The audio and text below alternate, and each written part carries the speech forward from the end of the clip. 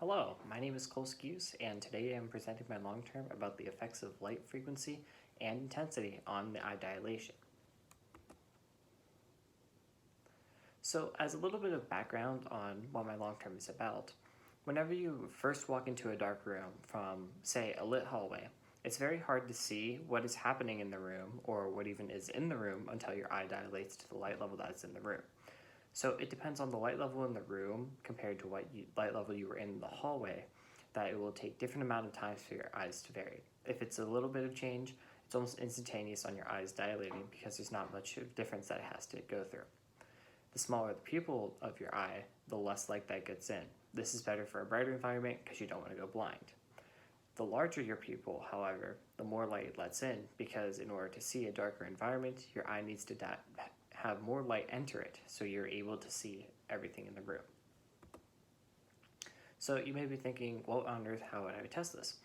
So in order to do this, I'm using different frequencies and intensities of light and seeing what is the best way for your eyes to adjust from a regular lighting, so say a bright hallway, to the dark, say a room that has no lights on.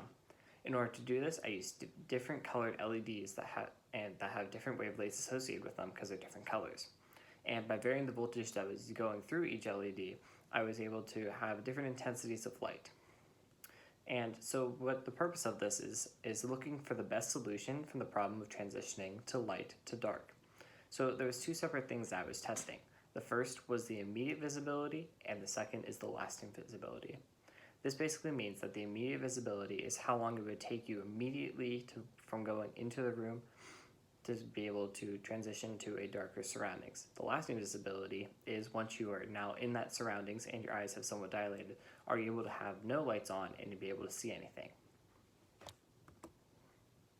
So my two claims are a compromise of being able to see immediately and lasting will be the best. So a yellow or green will perform the best out of the colored LEDs because these are in the middle of what I'm testing. I'm testing a red, orange, yellow, green, blue, and white light in my long term. However, I believe that blue will perform the best immediately because it is a higher intensity, higher frequency light, so it has more energy with it, but red is a lower energy. However, it is sort of a easier or darker on the eye so that it would be easier for in the long run for somebody to see.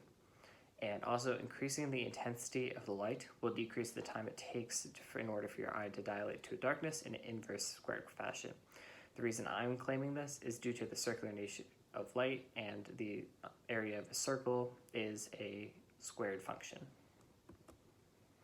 So the setup for this is I had a few different items that I was using. The first was an adjustable DC power supply. This is what was providing the electricity for the LEDs that I was using, in addition for the ability for me to change the voltage that I was using as well.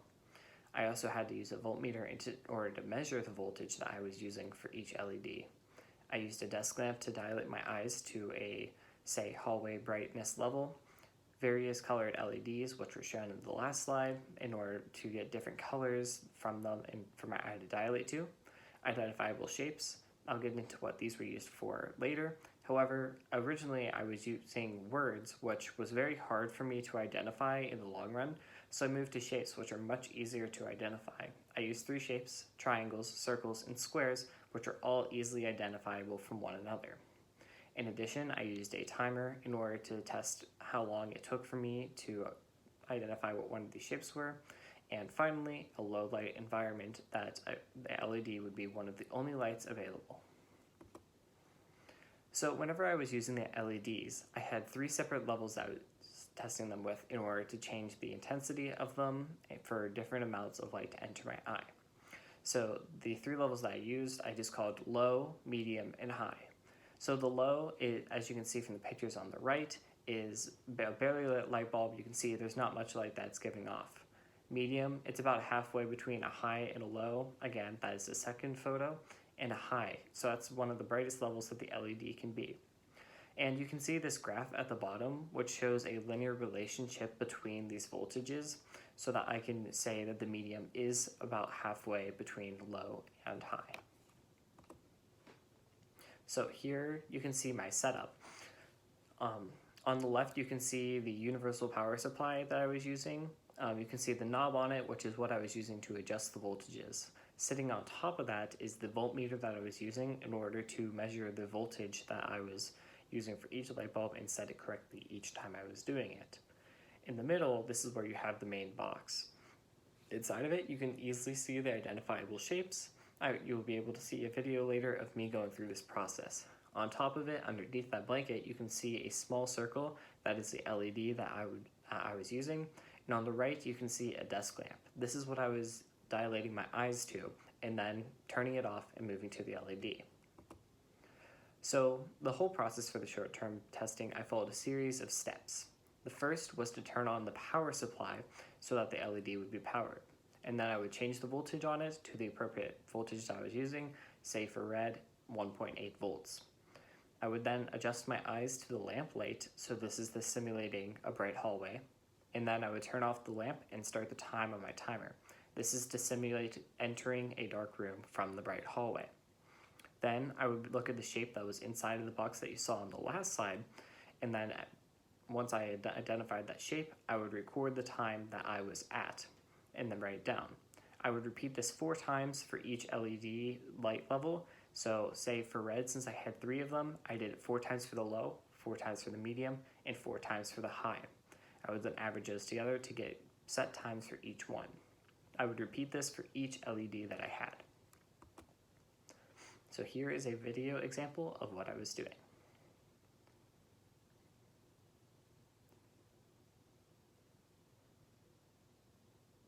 So you can see here I'm adjusting my eyes to the desk light. It takes about 5-10 seconds to do that.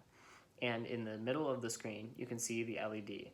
This is the part where I'm adjusting my eyes to the light level that is happening here in order to identify the shape that is in the middle. You may have noticed that the LED was changing intensity, however, it wasn't. This was just the camera focusing in on the light level that was available. Here is the data that I collected. This is the first part of it, with red, orange, and yellow respectively. As you can see, I have each of their individual voltages listed, like red from 1.7 to 2, and orange and yellow along with that. You can see the times I recorded for each one. So for instance, on 1.7 volts for red, it took about 44.48 seconds the first time I did it. Then the rightmost column, you can see the averages. This is the average of all the 4 trials that I did for each voltage of each light. So for instance, for red, it goes from around 45 to 34 seconds. You may notice these ones are in the 45 to 34 range, which is fairly high for the rest of them. Orange is in the 31 to 8 range, which is a lot lower than what the red was. You may notice between the 1.8 volts and 2.1 volts that there is a significant drop. I was not expecting this. However, it did occur between these voltages. For yellow, it had a similar pattern to the higher voltages for orange, sitting at around 14.7 to 4 seconds that it took. So overall, just in the first 3 lights, I was able to see a drastic difference between the lowest intensity for red and the highest intensity for yellow. For green, I tested from 2.5 volts to 3.5 volts. As you can see on the right-hand side, the averages for this consisted anywhere between 24.3 to 16.3. Although this was a higher voltage than what yellow had, the times, as you may notice, were higher overall. For blue, I did something a little bit different because it had a little bit of a wider range than the other lights did, so I tested 4 intensities instead of 3. These ranged anywhere from 2.5 to 3.5, and their averages ranged from 16.31 to 1.18. As you can see, there is a pretty drastic jump between 2.5 and 2.8. However, based off what the orange, it wasn't all that unsurprising at this point. However, getting down to 1.18 seconds, I thought was fairly good for what the LED had. Finally, the white light, these voltages that I used it for was around what I used for green and the lower end of blue. However, it performed similarly to what blue did, with its lowest voltage having around a 13.6 seconds on average, and the highest voltage used for it at a 1.83 seconds. So here's my first graph that I have. On here, I have labeled I have put every single data point that I collected and color coded it. As you can see, there are groups of colors for each one, with the darkest color being the lowest intensity and the brightest color being the highest intensity. For instance, if you look in the middle of the graph, there is 4 points there, 4 clusters. On the leftmost one and the highest one is the lowest intensity of red, the one to the right of it is the medium intensity of red, and the one to the right of that is the highest intensity red. Underneath the middle one is a dark orange, that is the lowest intensity of orange, etc. Something to point out here is that the red sort of lines up with the green, and the orange sort of lines up with the blue. These are complementary colors, and they kind of line up with each other's patterns, which I thought was interesting to point out. However, by far, we do see that the blue and white perform the best out of all of the colors. However, yellow and orange aren't bad in their own rights. Here on this graph is just the averages, so it might be a little bit cleaner and easier for you to see where these data points are, and as a result, be able to see that the blue and white do perform better. So now moving on to the second part of my testing, which is moving from the dark environment with, say, a light on that your eye is dilating to turning off that light to be in complete darkness. So the first parts of this followed similarly to the last step. So the first step was to turn on your power supply so that your LED was powered, and then check your voltmeter to make sure that you are at the right level. Turn off your desk lamp so that your eye is dilating to the light that is above what you have. And then after that, you cover your LED to be in complete darkness, and you start your time for this section. You then identify your new shape, and then whenever you have done that, you stop your time. You repeat this for each intensity of the LED, similarly 4 trials for each one, and then you do it for each light. Here's an example of that.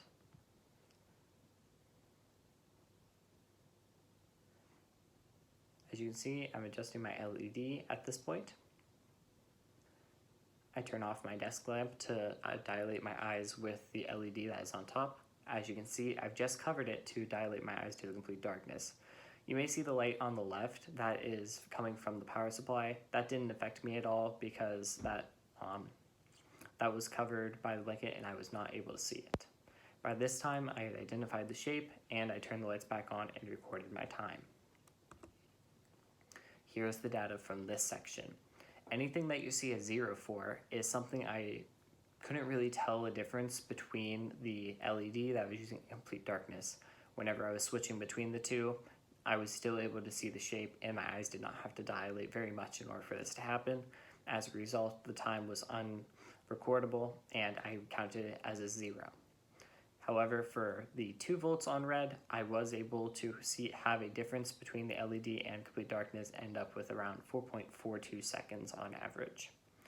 For orange, I had the same thing happen for 1.8 volts where I wasn't able to tell a difference in terms of lighting, so that again was counted as a 0.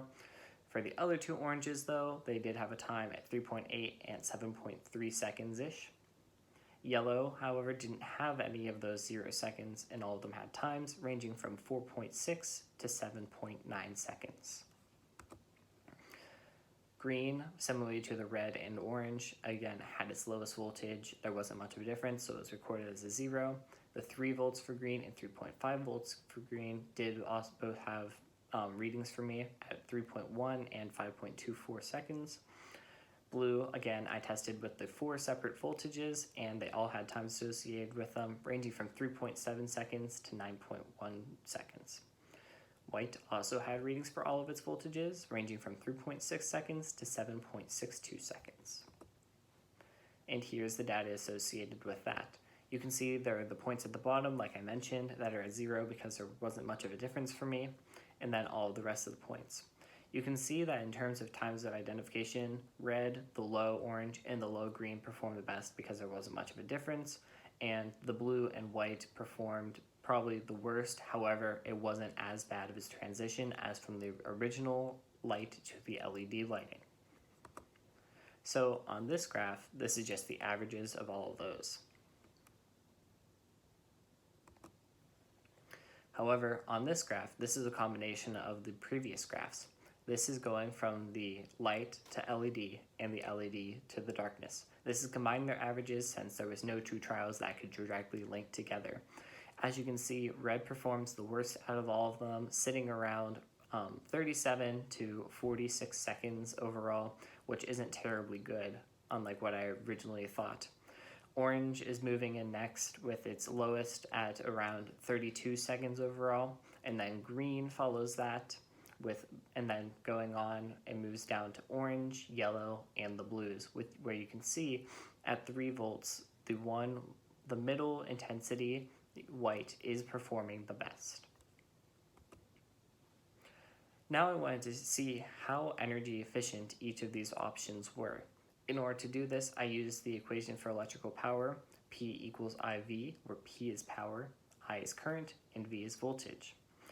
I then transformed it where energy over time is power, so I was able to get the equation energy per time equals current times voltage, and transform that to get an equation for energy, where energy equals current times voltage times time. Using this, I used an ammeter that I was able to connect to my system that I had and turn it to the appropriate voltage with a LED hooked up to it, and get a current reading for each intensity of each light. In addition, since I had times recorded previously for the going from the light to the LED, I was able to use this energy equation to calculate the energy that each LED used. And here's that data. So here's the first set, where red was fairly low in its energy usage, everything being under 1 joule of energy used. Orange, similarly, everything was under 1 joule of use, ranging from 0.1 joules to 0.569 joules. Yellow, along the same lines but a little bit higher, also had 0.268 to 0.74 joules being used. For green, blue, and white, we see our first energy usage as above a joule, with green operating at around 1.233 joules to 4.114 joules. However, with blue, we immediately see a drop back down to 0.059 joules to 0.127 joules, which are all fairly efficient. White, we again see 0.044, ranging to 0.162. All these options don't use very much energy, however, green is by far the worst because it's the only one that reached above a single joule. Here we can see a graph where all of our results are plotted that we just shown. It's pretty obvious to see that green is by far the worst performer in form of energy efficiency, which made me potentially wonder that there was something wrong with the green LED. However, due to me only having one of them, I was not able to tell if there really was, or if that was just the way that green actually is. And if you notice that the second lowest intensity of blue does perform the best out of all of them in terms of energy efficiency. So to wrap this up, the blue and white LEDs are the best to use in almost every situation that I tested. The only thing that I found that they were a little bit slow for was the LED to darkness transition. However, it didn't perform as bad as some of the other ones overall. Yellow and orange are good alternatives to these. They perform moderately on each set of them, and like I said, green did not perform that well. And the results do indicate to me that there could be a relationship between complementary colors and their receptors in the eyes.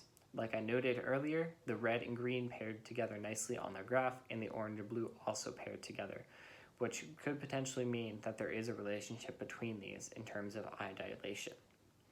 For future testing, there was a few things that I wanted to test, however, I didn't have the ability to test when I was going through this. For instance, having an exact low, middle, and high for each light that would be exact in terms of fluorescence would be a lot more helpful in terms of getting a linear relationship between them. However, I wasn't able to do this. And finally, have multiple versions of each light, like I noted earlier, to see if there was any manufactured defect. This was especially prevalent in the green, which I thought could potentially have problems with it, but like I said, I was not able to test this due to me only having one.